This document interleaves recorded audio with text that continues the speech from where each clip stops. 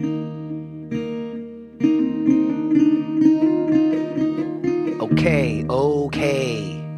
Here we are again. How are you? My name is Jay Brown. I would like to welcome you to Yoga Talks podcast. This is the first time I am with you in this new year. Feels like it's been too long. And it's a new year. And I would very much like for you to have some amount of happiness in this year, but let's not put any unreasonable expectations on ourselves, Let's just see if we can, as I like to say, keep our wits about us. Because it's still pretty crazy right now. It seems kind of crazy to me. I know people always say, oh, it's been crazy other times in history too. But it seems a little bit crazy to me right now. It's hard to know what's going on. But the good news, at least in my own personal sphere right now, is that I'm in a really good mood right now. Sitting here right now talking to you, I feel in a very good mood. And I'm very happy for that. Other times, as you know, those of you who've listened to this podcast in the past, I sit down to do this and I'm not always in a good mood, and I tend to be forthright about that. And sometimes that's a drag. Sometimes I do that when the episodes are with these really great people, but I'm in a bad mood and I worry, oh gosh, why am I talking about all this crappy stuff before this great talk? But the good news is I am in a very nice mood tonight. That's because a couple things happened this week. Random things that I could not have planned that were very pleasurable. One is I got to record a podcast with a hero of mine, which was just amazingly cool. And I'm not going to tell you who it is. I know that's terrible, but I just want to savor it, It just happened a couple days ago, and I'm going to let you know. I'm going to tell you who it is, but for now, I'm just going to keep it for me. But it was great. And regardless of the podcast I recorded a couple days ago that you'll hear in a few weeks, I have a lineup of podcasts for you in the next 4 weeks that are just so cool. I'm really excited for you to hear them. Starting today with Katchie Ananda. And I don't know if you know who Katchie is, but those of you out there who do, those of you who have had the opportunity to practice with her and even know her a little bit as a person, whenever you hear the name Katchie, there's a little swoon that happens. I know for me, because she's an incredibly powerful and sweet and wonderful person and teacher. And for me, this is a hugely significant talk because Katchie was my first ever yoga teacher.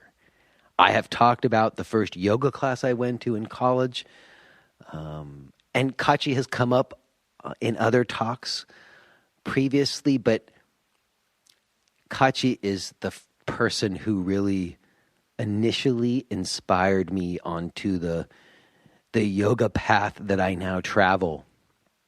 And the transparency that I try to employ in this podcast that many of you reach out to me and respond to, I would directly attribute that to Katchie.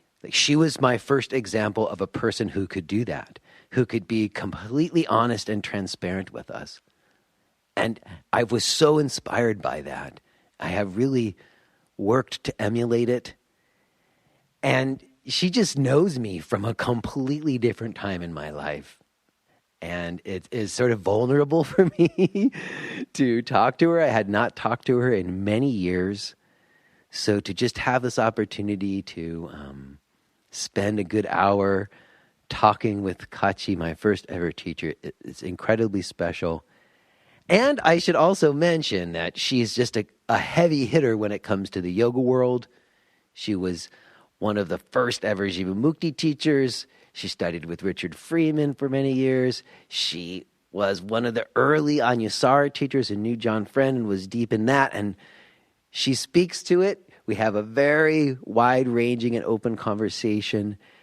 And, I'm just I'm so grateful to have had it, and I'm psyched for you guys to hear it today. Before we do, let me just plug a couple things. I'm going to be traveling a bit. Again, some of you have been reaching out to me and wondering about that. Let me give you a couple of dates. On February 26th, I'm going to be in Tarrytown, New York at Riverstone Yoga. April 30th, I'm going to be at West Hartford Yoga in Connecticut. And then June 17th through the 24th, I'm going to be at the Feathered Pipe Ranch in Montana. I know another couple people have been signed up. Some people reached out to me. If you've got questions about that, if you're wondering about that gig, like what we're going to do, and someone emailed me, she's like, I went on this yoga retreat and it was horrible, and are we going to do this, and is it going to be horrible? So if you're wondering, just email me. I'm happy to talk to you about what I plan to do and find out what you'd like it to be. So in any case, you can find those dates. You can also find the archive for this podcast and my blog, which this month was kind of a big one. A lot of people were interested in that. If you want to check out the blog and my video offerings, all of that can be found at jbrownyoga.com. Lastly, let me just say, if you have been listening to the podcast and getting something from it, maybe you would give a little bit back to it and go to iTunes and subscribe and write reviews. Or you can go to any blog and podcast page and make a direct donations. Those of you who've been doing that, I always feel compelled to take a moment to just express a little special gratitude because I really appreciate it. Or just listening, I'm always appreciative just that you're even listening. So again, all of that, jbrownyoga.com. Okay, is there anything else? No, I think that's fine. We'll touch base on the other side. I'll let you know who's coming on and whatnot. For now, let's just get to it. Let's spend some time with Katchie Ananda. Oh, look, you can hear me. Yes, I can hear you now. Can you hear me? Yes, I can hear you really well. How are you? It's been years since I've heard your voice. I know. Maybe too many years. And I'm so happy to talk to you, Katchie. I am so happy to talk to you too, Jason.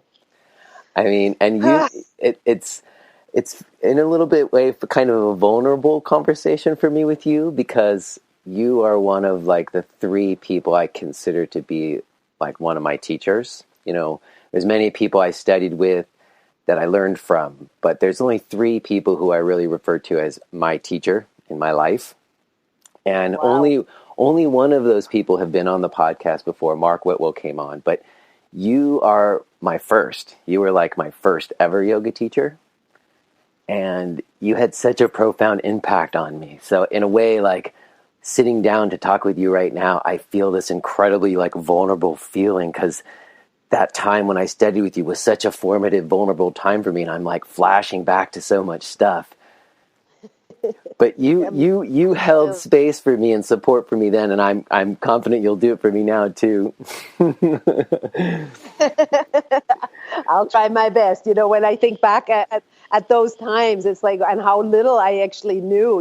I was just jumping in to this, and it's like that was my first 10 years in the yoga world, and I really, looking back, I knew very little. I still know very little, but I knew even more very little back then, so it's kind of funny. But you know what? You were so honest about what you did, and that was really the overriding thing. But before we get to that formative time, I want to go back a little bit before that, because one of the other things that this podcast has been doing, I didn't really think about it when I started it, but it's what's happened because of the people I've talked to and the conversations we've had. It's become kind of this history of the New York yoga scene. And you've come up a bunch of times in that. When I talked with Lillian Mead, I talked to Cindy Lee recently, Leslie and Eddie, like all these people who were around in like the 90s here in New York City.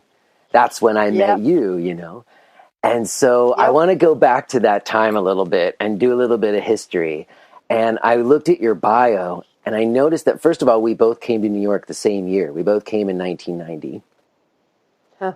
And then let's see. And I noticed that you came from Switzerland, right? I actually came from Brazil, but yeah. Oh, but you grew up in Switzerland.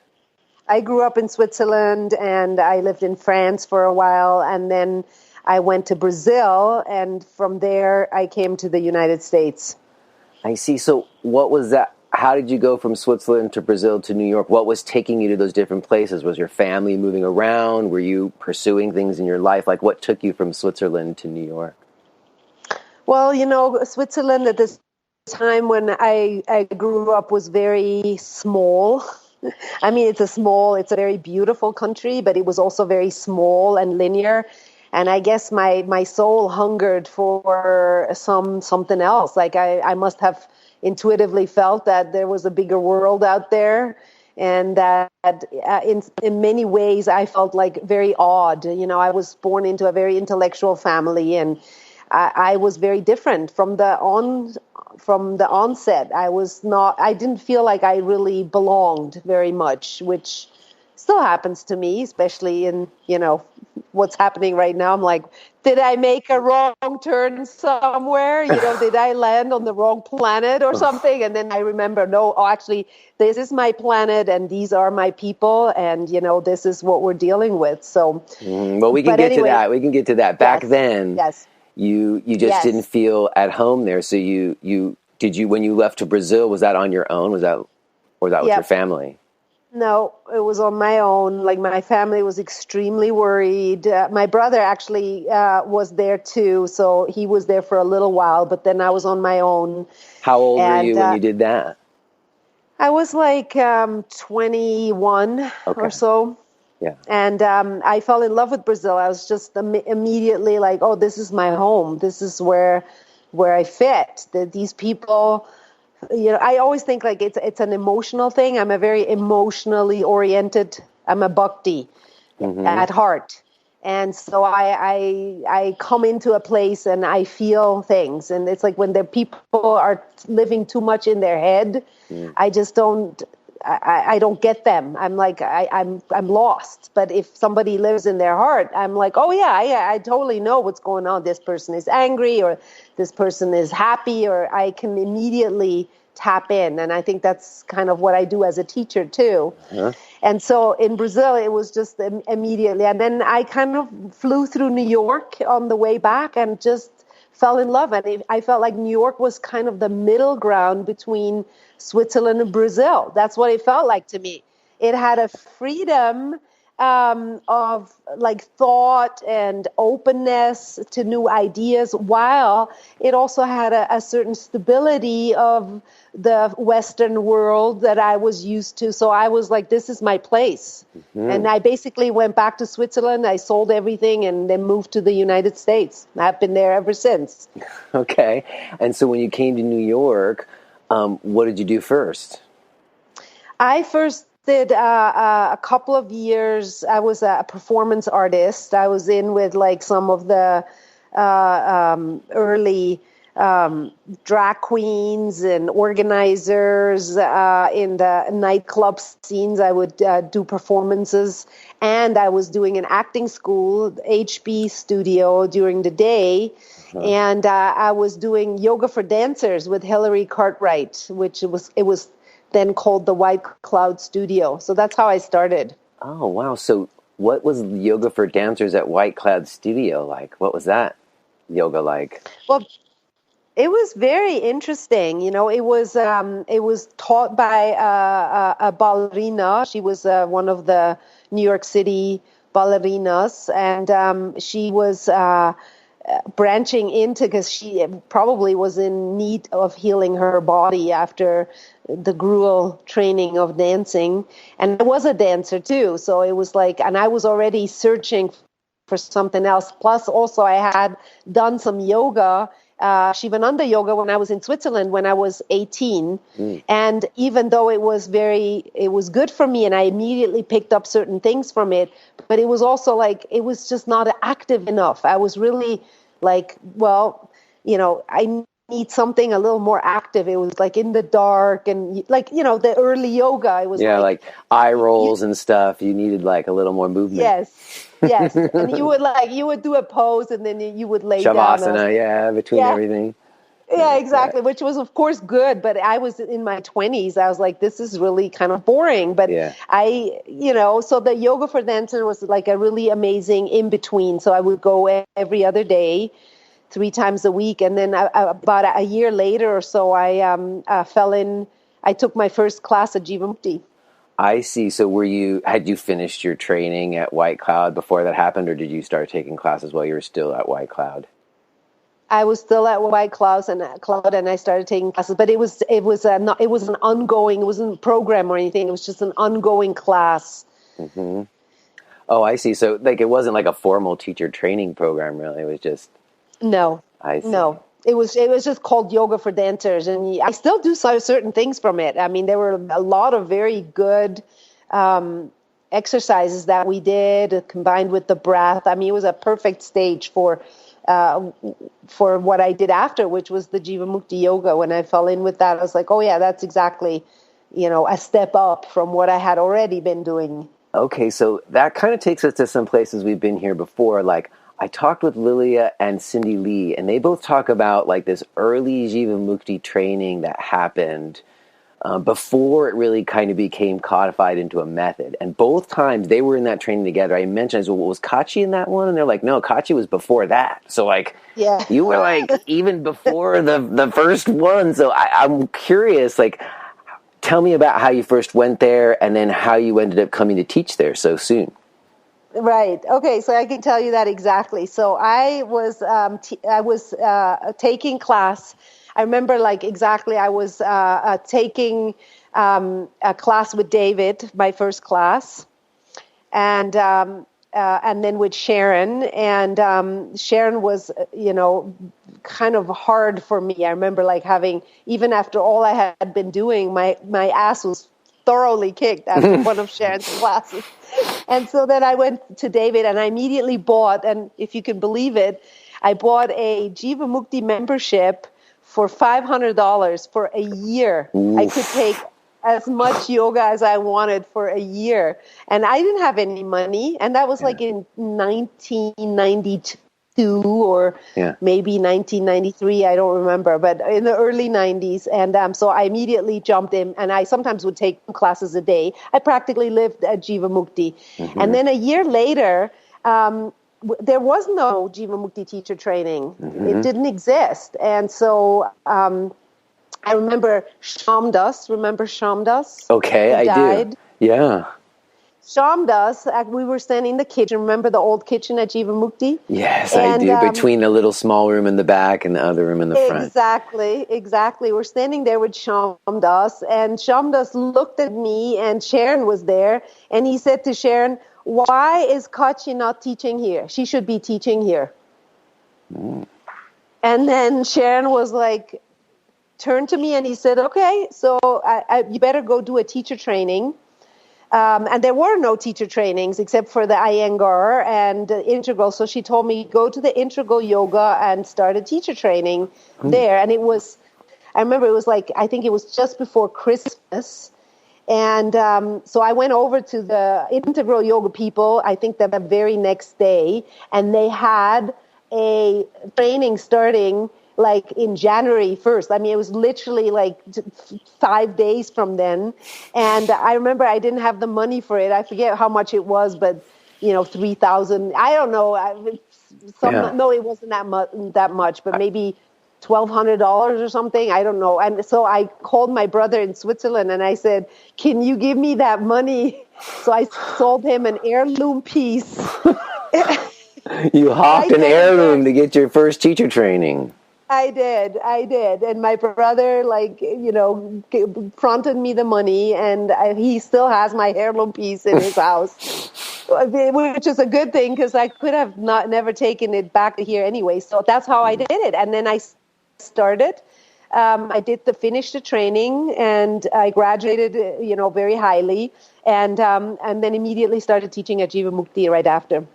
That was like a year or two before there was even a teacher training. So yeah, or even more. So I was already teaching, and then I got some privates by Sharon and David. They trained me actually privately. I had to do certain things and had to teach Sharon and David, and they gave me privates, and that's how I started. I see. Well, I know when I spoke with Eddie, he talked about that early time as well, and about how there was a moment when, they decided to kind of, it became like a method, and also that like their earliest teaching was Shivananda, that they both had that Shivananda background. Yes. And then and they had Iyengar influence that came in later as well, and then like whatever it was in 95 when Pattabhi Jois came, the Ashtanga influence really came into it. Yes. So you were there before it really took on that kind of like more what we call vinyasa now, right? Yes, it's absolutely true. But they were already teaching the vinyasa quite, in a similar way, but much slower. I think that they're like the Jivamukti methods today now, except when it's taught by a few of the senior teachers, is way too fast for me. I can't keep up. Like it's just so fast. But it wasn't that fast. It used to be, quite slow, but it was definitely a vinyasa class, which is why I was so attracted to it, because it was, more active than what I had been doing before. Like even at Integral, I mean, I loved Integral. I even worked there for a while, but the yoga was boring to me. It was so like rigid. Like it had the method, you had to do these same 24 poses, and you had to like basically do shavasana after every pose. It wasn't very satisfying for me. So the Jivamukti was fantastic. I mean, it was the best time of my life, those early years. Well, it also makes me think because, at Integral, they're very much not, like there's none of the teachers' names are on the schedule. There's a lot of like kind of anonymity of sorts to the teacher. Like the teachings are more the emphasis than the teacher. Yes. And yet when I met you, like your person was like so much part of what you used to teach us with. Like there wasn't that anonymity. It was Katchie. Like you taught less from the Bhagavad Gita and more like about the fight you had with your boyfriend the night before, Yep. I'm still like that, Jason. I've so taken that example though in my own teaching as well. But I guess I'm wondering still back at that time. So when you were first teaching there, it does make sense to me that it kind of got faster, and that they may have started teaching in a more vinyasa style before Pattabhi Jois got there, because they did study with him before he made that visit. Oh yes. Yeah, so it was already in there. And I just remember you said you were there all the time, and that was really true. Like you were holding it down. I always went to like the 12 or like the 2 p.m. classes in the afternoon, I remember those. And you were there holding it down, like I was in your class at least 2-3 times a week for like a good year. I remember that. And yeah, it's so funny because you know me from such a different time, but there were a few significant things that I really remember. That first one being the main one, that you taught from this place of your personal experience.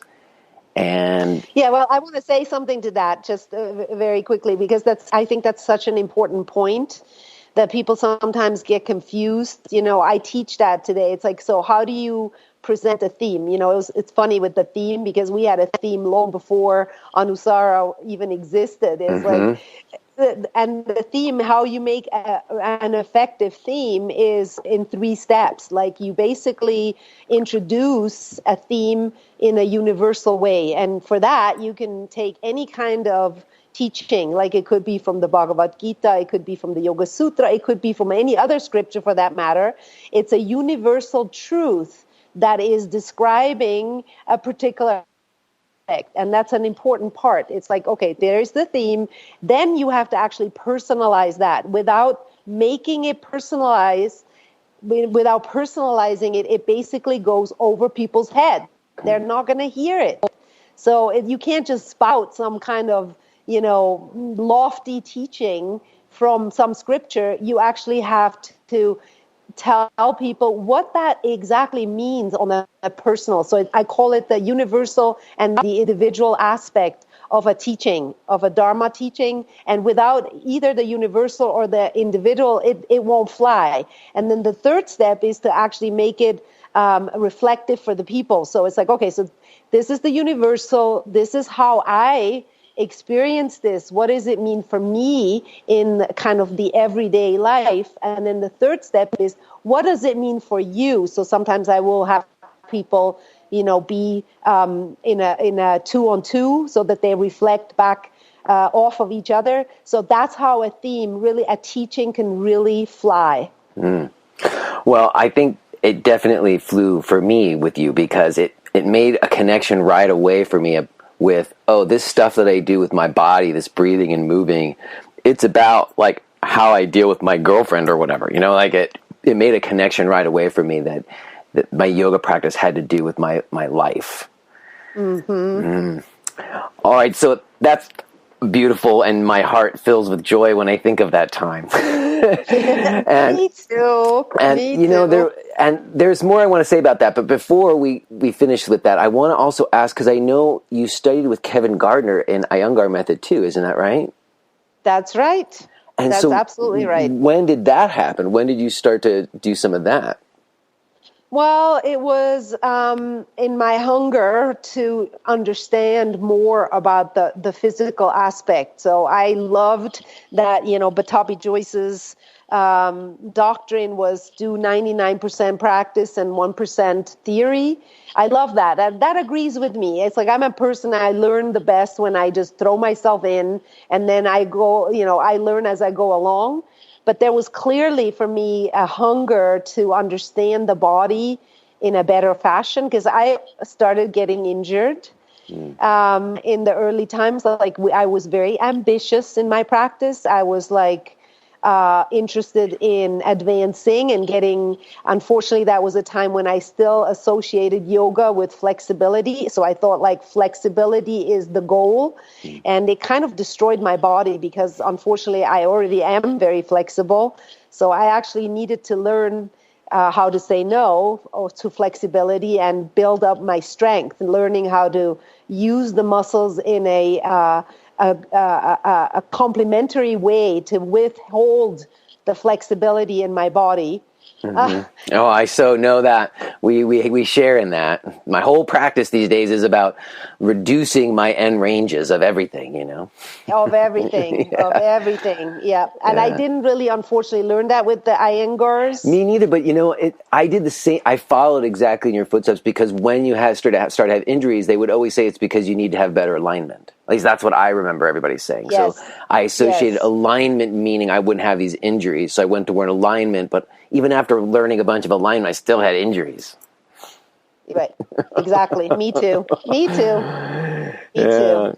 Right. My favorite little thing to say these days is do not torture the innocent little creature body. There's such a hype. Either people are making the body into this godlike status that it's has to be this perfect little godlike entity, or on the other side of the spectrum, people are making it into this kind of inferior vessel that needs to be transcended. And I'm just enough with that shit already. It's it's just the innocent little creature body. You do not need your yoga. I actually define the opposite of yoga to me is torture.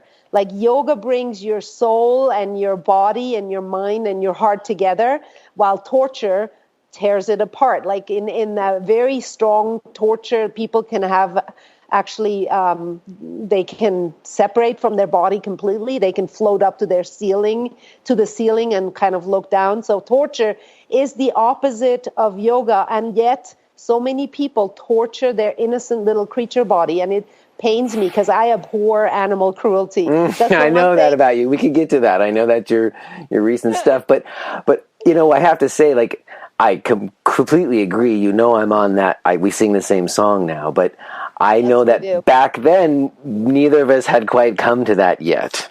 No, we hadn't. We didn't. We didn't. And I cringe when I think of probably how many people I, helped going too far. I'm just like, I'm thinking of some of the things I did, like laying on top of somebody in a forward bend. It's like, oy Or vey. standing on people's Oy. backs. I used to do that all the time, that standing and like cracking Oh, people's backs. I used to do that stuff, right? But we were just yes, teaching what we had learned, you know what I mean? Like, I just think the yoga world's getting smarter and stuff. they Uh, are. And it's funny that I still get people, like, because sometimes I'm like wondering, like, so I get somebody, I had a studio on the West Coast, yoga sangha in San Francisco, and then sometimes like Elena Brower or whatever would send people over to my classes and vice versa, and then or they would, they used to be yoga students of mine, and it's now 15 years later, and I'm literally teaching exactly the opposite of what I used to teach. Like the exact opposite. I used to say, do this. Now I say, do that, like in some alignment. yeah. And after the class, I'd be like really curious. I would go out of my way and go to the person and say, so what did you think? Like, was there any difference between the Katchie that you just experienced now and the Katchie that you experienced back then? And you know what they would say? What? It completely blew my mind. Every time they would say, you are exactly the same. And I was like, well, how could that be? I teach like literally opposing things that I did there. But that's what I usually tell my teacher trainees. It's like what people feel is your authenticity and your honesty in sharing. They won't remember, like, even if you teach, if you have a new revelation. That's why I always say to teachers, don't lock yourself in to a system, because you are going to keep evolving. Like, the most important is your attitude and your heart and your honesty, and that you're showing up and you're sharing authentically from the place that and people will forgive you even if you change your mind 2 years from now. Don't lock yourself in, because you're going to evolve. It's inevitably that you will. So don't lock yourself into a system that you cannot then break. It's stupid, because you take out your chance to evolve. And it makes me very sad. People do it all the time. Well, I know that in certain ways, someone's like energy and someone's vibe is what comes through, even if they teach different forms. So that's probably what they remember, which I remember Yes. too. And so let's talk a little bit about that journey from where we were when we were torturing our bodies to more like where we are now. So I know that at some point I remember the shift, because I was around when they decided to start doing the teacher training in Jivamukti. But I remember they made some requirements. Like, one of the requirements was you had to do the training. So like some people who had already even been teaching there then had to do the training. But did you didn't have to do one of those formal trainings, did you? No, because I was already teaching in the first formal training. Like, Sharon and David left, and I had to teach the Upanishads, which I did not know anything about. It was quite interesting. It was like a steep learning curve. No, what Sharon and David gave to the few people who had been there for a long time, which was Ruth and Lisa Schramp and Kimberly Flynn. Can't remember if I forget somebody. Anyway, those four, I just remember of the opportunity to just simply do. There was the pre-test people had to do before they even got into the training. So we basically had to do that, and then we had to do some more privates with Sharon and David, and then we just got certification. We did not have to do formal training. Was for free, by the way, and there were only 6 people in there, like Cliff and Adrian and Cliff. Sarah. Well, Cliff. I forgot about Cliff. Oh, I remember him. Kevin, yeah. There was, I think there were only 6 actual people in the first Jivamukti teacher training that I taught part of, and that it was for free, and it lasted for a year. Oh, and Kelly Morris, of course, was in there too. Okay, yeah. And it was a year. It was like a whole long process. It wasn't just like a weekend, No, it was a whole long process. It was beautiful, actually beautiful. Yeah. All right. And then I do remember, like, the way I remember it is I started to actually kind of gravitate. Like I wanted to learn more specifically like Ashtanga, Vinyasa, and Iyengar too. So I started taking some classes outside, and I ended up studying mostly with Allison. But I was still going to your classes some. And then I really, I kind of had this, I don't know, point where I started to become very disillusioned in my yoga practice. It was right before I took that trip to India. And I remember right before I left, you did like a really special thing. And I don't know that you would remember this or not, but it was like my birthday, and it was a couple months before I was going to be taking this trip. And I think I'd mentioned it to you. And you gave me a card and like a necklace with an Om pendant on it. And it was just this incredibly sweet acknowledgement of all this like time and investment I had made in your class. And it meant so much to me. Like, I can't even tell you, Katchie, like it was huge. And I took that Om pendant with me. I wore it for months, and then I took it with me to India. And in India, I gave it to my best friend and student, and I got myself another one. I passed it on. But when I got back, that was when you were like deciding to leave. Like it was like end of 97. Yep. Right in there. I know you left in 98, if I remember. Yeah. And you were just deciding to leave. And I even remember this one other moment that happened where they used to do those, like those asana performances, like those shows at Jivamukti. Do you remember? Where they would do the shows. And you asked me if I would do like a duo asana demonstration with you. And I was so like psyched. I was like, oh my God, yeah. And I was like so happy. It was like this major thing for me that I was going to do that. But we didn't end up doing it because you decided you didn't want to be part of the performance. I remember you saying like you were just like the rehearsal process was kind of weird and your relationship with Sharon and David was changing.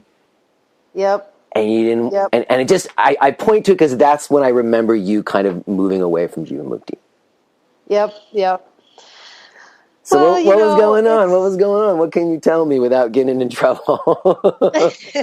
No, I won't get into trouble. You know, I've always been very honest. I love Sharon and David, and I always will. They're part of my family, and they always will. But they weren't very skillful sometimes.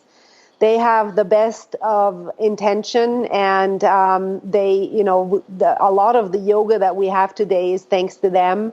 And I will be forever in their depth about making the connection of that yoga is a lifestyle. You know, I just finished my new book. It's called Yoga and Dharma. It'll be available shortly. And I do credit them in it as my first teacher. Like you, I only have a few teachers. I actually don't have many. So, even though I studied with hundreds of people over the years, but I only quote like 4. So, but they are my first yoga teachers, and I will forever credit them. But they weren't very skillful. They really weren't. They were just not skillful in the way that they were dealing with people. And while I completely understood, also that was the time when the Jivamukti method became really kind of rigid to me. Like I remember like one of the ongoing, and it will sound funny to you now, is that was one of the reasons, that was the kind of straw that made me leave, was the discussion whether you jump forward on an exhale or an inhale. I mean, it sounds so silly. Yeah, it sounds so silly, but it's kind of true. It because for the first 8 years, Sharon was very encouraging to us. They said, go out and study.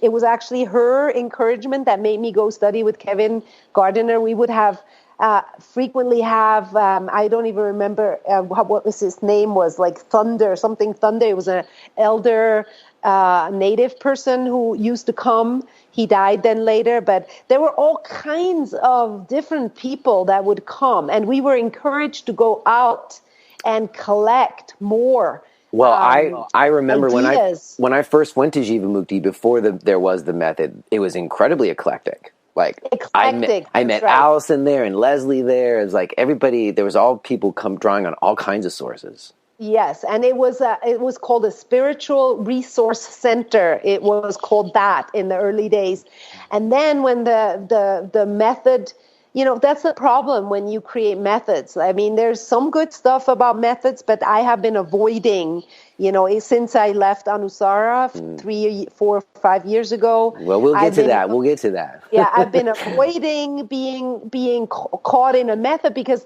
once you have a method, then you're going to have to police it. And then you can no longer be open to new ideas. You have some doctrine, and then you have to stick to it, whether it actually works or not. And that exactly is why I left. I mean, it sounds silly No, to but like say, that example of do you jump forward on an inhale or an exhale, what it says to me, it just means that someone started telling you what you have to teach. exactly. Right? And it didn't work for me anymore. And that's when I decided, to leave, even though I was, in a very fine position. I was like kind of, Sharon's prodigy. I mean, I love Sharon. I still do. We still talk occasionally, and I occasionally talk with David. I went to visit them, a couple of years ago, but it just wasn't, I felt like Switzerland. I started feeling constricted by it, and my soul was hungry for more evolution. In the end, I really had to stay true to my own path, and what I feel in my heart is right. And I could not have something placed on top of me that was like a method that was telling me how I had to teach it. It wasn't working. And that was when I moved to Boulder to study with Richard Freeman. That's right. I remember. And so just before you left, though, I'm looking back to that time, and that was really before it really boomed yet. Like, it wasn't really the boom quite yet. You left before yoga really went crazy mainstream. So you were just going where your heart was taking you. All my life, Jason. If there's one consistent, whether it's crazy or not, I can't say, but that's the one consistent throughout my life. It drove my parents crazy, because every time I had built something and it seems I was finally having a little bit of security and a little bit of stability, up I went and left again. Every time, like my entire life. Like, you can watch it. I also remember there was like a marriage in there, if I recall. I remember going to a wedding at Jivamukti that you had. Yes. And I remember having a session with your husband, and he did like a nutritional kind of analysis for me, if I recall. Right. But that marriage ended before you left, didn't it? No, it didn't. Oh, did he go with you to Boulder? Yeah, we moved to Boulder together, and we stayed there for another 2 or 3 years, and then the marriage blew up. Basically, he basically was cheating on me. And then we kind of tried to work through it, and and it didn't work out. Yeah. But I'm still friends with him and his new partner. As a matter of fact, I'm the godmother of their son. Wow. And I'm in the Bay Area, so it's all good. Yes, that doesn't surprise me, though. And, I guess the last little memory I have before you departed New York is one time after I got back to India, which was so formative to me, and I was kind of like deciding I needed to go in different directions. I had like a juice with you on that juice place at 2nd Avenue, like right before you left, to say goodbye, and I just remember again, like you were just a very real person who presented yoga in a way that was accessible to me, and you were a friend to me. And so that was really so special. So anyways, so you take off to go to Boulder and to study with Richard. Now, how did that happen? Where did you meet Richard? I actually met Richard a few years back already via John Friend. Before John Friend was, when John Friend was still an Anusara teacher, an Iyengar teacher. Actually met Richard when we went with Cindy Lee, talking about Cindy Lee. Cindy Lee was hosting John Friend, and I know that's how I met John Friend. I already knew Richard because we went out to If you are hearing this message, then you're listening to the free version of J. Brown Yoga Talks. To hear the rest of our conversation, please subscribe to Podcast Premium at jbrownyoga.com/premium.